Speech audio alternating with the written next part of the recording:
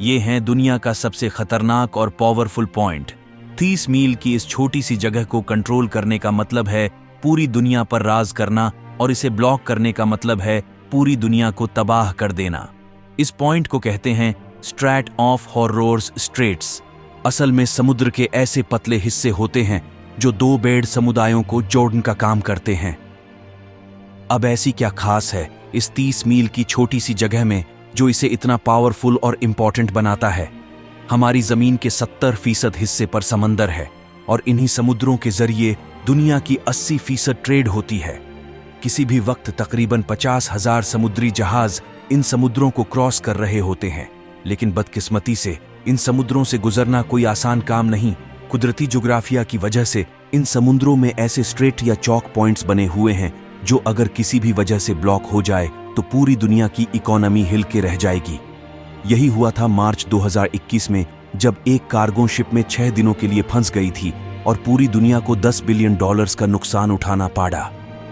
इसके अलावा भी दुनिया में बहुत से चौक पॉइंट्स है, जैसे कि पनामा केनाल जो पैसिफिक और अटलांटिक ओशियन के दरमियान ट्रेड को कंट्रोल करती है, केप ऑफ गुड होप जो पूरे अफ्रीका कॉन्टिनेंट की ट्रेड स्लो कंट्रोल करता है, स्ट्रैट ऑफ जिब्राल्टर जो कि मेडिटेरेनियन और अटलांटिक सी के दरमियान ट्रेड कंट्रोल करता है, डैनिश स्ट्रेट बाल्टिक और नॉर्थ सी के ट्रेड को कंट्रोल करता है, टर्किश स्ट्रेट मेडिटेरेनियन और ब्लैक सी के दरमियान ट्रेड कंट्रोल करता है, और आखिर में स्ट्रैट ऑफ मलाका जो पैसिफिक और इंडियन ओशियन की ट्रेंड कंट्रोल करता है। लेकिन इनमें से कोई भी पॉइंट इतना डेंजरस और इंपॉर्टेंट नहीं जितना स्ट्रैट ऑफ हॉर्मोन्स है, और इसकी वजह यह है कि पर्शियन गल्फ और गल्फ ऑफ ओमन को कंट्रोल करने का ये इकलौता रास्ता है, और यहीं से सारे समुद्री जहाज निकल के पूरी दुनिया में जाते हैं।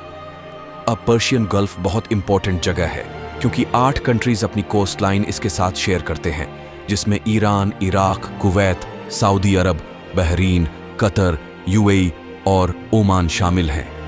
इनमें से 4 मुल्कों के लिए बाकी दुनिया से कनेक्ट करने का वाहिद रास्ता ही स्ट्रैट ऑफ हार्मोस है। अब अगर आप मिडिल ईस्ट के बारे में थोड़ा भी जानते हैं तो ये तो आपको पता ही होगा कि मिडिल ईस्ट की पहचान उनका तेल है। ये तेल आज भी हमारी दुनिया का सबसे बड़ा एनर्जी सोर्स है। पूरी दुनिया की 33% एनर्जी कंजम्पशन तेल से होती है, चाहे वो ट्रांसपोर्ट के जरिए हो जैसे कि गाड़ी, ट्रेन, जहाज या फिर बिजली बनाने वाले पावर प्लांट्स। इन तमाम सेक्टर्स में 70% तेल इस्तेमाल होता है। अब तेल का मसला ये है कि ये दुनिया में बहुत कम जगहों पर पाया जाता है। इस सर्कल में मौजूद इन तमाम 8 कंट्रीज के पास कुल मिलाकर दुनिया के 50% तेल रिजर्व है। मतलब पूरी दुनिया का आधा तेल इन 8 कंट्रीज के पास है। और बात सिर्फ यहां खत्म नहीं होती, बल्कि दुनिया के 40% नेचुरल गैस रिजर्व भी इसी सर्कल में मौजूद देशों के पास है। अब नेचुरल गैस तेल और कोयले के बाद दुनिया का तीसरा सबसे बिग गियर एनर्जी सोर्स है। ब्रिटिश पेट्रोलियम के मुताबिक ईरान के पास दुनिया में सबसे ज्यादा गैस के रिजर्व है। तो हम ये कह सकते हैं कि पूरे पर्शियन गल्फ में तेल और नेचुरल गैस के इतने ज्यादा रिजर्व हैं जितने शायद हमारे पूरे प्लेनेट पे कहीं नहीं, और इसीलिए पूरी दुनिया के 15% एनर्जी सप्लाई इसी पर्शियन गल्फ में मौजूद कंट्रीज से आती है। और फिलहाल इस सप्लाई लाइन का पूरी दुनिया के पास कोई और ऑल्टरनेटिव भी नहीं। लेकिन इस 30 मील के एरिया से गुजर के जाना इतना भी आसान नहीं। सबसे पहले यहाँ पे 8 ऐसे आइलैंड्स हैं जिन्हें हर समुद्री जहाज को अवॉइड करना पड़ता है, और ये 8 में से 7 आइलैंड्स ईरान के कंट्रोल में है। इन 3 आइलैंड्स को यूएई कंट्रोल करना चाहता था, मगर 1970 में ईरानियन मिलिट्री ने इन पर भी कब्जा कर लिया। तो इस सारे एरिया पे तकरीबन ईरान का ही कंट्रोल है। दूसरा, ये जो रेड हाइलाइटेड एरिया आप देख रहे हैं, यहां पर समुद्र बहुत गहरा है और तेल के टैंकर्स के लिए यहां से गुजरना तकरीबन नामुमकिन है। इतनी मुश्किलात के बाद पर्शियन गल्फ से निकलने वाला मेजॉरिटी तेल ईस्ट एशिया की तरफ जाता है, जिसमें से 76% तो सिर्फ इन 5 कंट्रीज के पास जाता है। सबसे पहले आता है चाइना। चाइना दुनिया की दूसरी सबसे बिग इकोनॉमी है और दुनिया में सबसे ज्यादा पेट्रोलियम इंपोर्ट करने वाला मुल्क है। चाइना की टोटल पेट्रोलियम इंपोर्ट का तकरीबन 45% इसी स्ट्रैट ऑफ हार्मोस से गुजर कर आता है। जापान दुनिया की तीसरी सबसे बिग इकोनॉमी है, जिसे अपनी 100% एनर्जी इंपोर्ट करनी पड़ती है और इस 100% इंपोर्टेड एनर्जी सप्लाई में से तकरीबन 80% इसी 30 मील के चौक पॉइंट से गुजर कर आती है।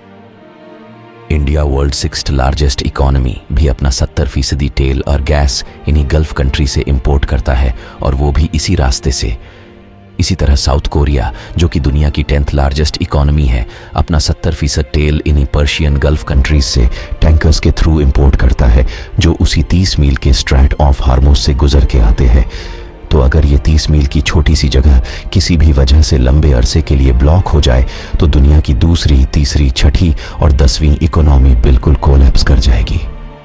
और इसी तरह पर्शियन गल्फ में मौजूद इन तमाम 8 कंट्रीज का सोर्स ऑफ रेवेन्यू भी खत्म हो जाएगा, और ऐसा रिजल्ट पूरी दुनिया में एक जबरदस्त इकोनॉमिक क्राइसिस आ जाएगा। इसीलिए ये जगह दुनिया का सबसे खतरनाक और इंपॉर्टेंट चौक पॉइंट है, और इसीलिए दुनिया के सारे सुपर पावर कंट्रीज की इस पर नजर होती है, अमेरिका ने भी।